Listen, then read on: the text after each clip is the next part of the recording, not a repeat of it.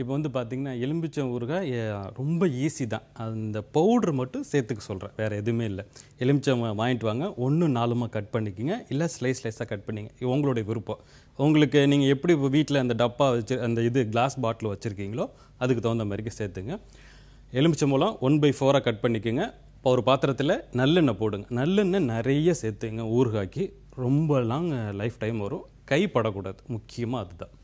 பாத்திரம், நல்லெண்ணெய், கடுகு, ஜீரகம் தாளிச்சிங்க. அதுக்கப்புறமா இந்த எலுமிச்சம்பழத்தை போடுங்க, லைட்டாக வதக்குங்க. தண்ணி இன்னும் எதுவுமே ஊற்ற வேணாம், அதுலேயே அந்த எலுமிச்சம்பழத்திலே அந்த தண்ணியெல்லாம் வரும், அது நல்லா வெந்துடும். வெந்ததுக்கப்புறமா காஷ்மீர் சில்லி பவுட்ரு, கொஞ்சமாக மஞ்சத்தூள், அதுக்கப்புறமா நம்ம ஊறுகாய்க்குன்னு ஒரு பொடி இருக்குல்ல, கடுகு, வெந்தயம், சோம்பு, கொஞ்சமாக அரிசி, எல்லாமே ஒரு ஸ்பூனு எண்ணெயை.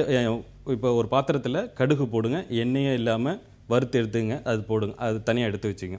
அப்புறமா சோம்பு, அதுக்கப்புறமா அரிசி, அதுக்கப்புறமா கடுகு எல்லாமே வறுத்து எடுத்துக்கிட்டு தனியாக அது மொத்தமாக பவுட்ரு பண்ணிக்கோங்க. தனித்தனியாக வறுத்து எடுக்க சொல்கிறேன். பவுட்ரு பண்ணிவிட்டு அந்த பவுட்ரு மட்டும் போடுங்க. பெருங்காயத்தூள் போடுங்க, கருவேப்பிலை போட்டுங்க. அவ்வளோ சூப்பராக இருக்கும் இந்த லெமன் ஊறுகாய். கண்டிப்பாக ட்ரை பண்ணி பாருங்கள்.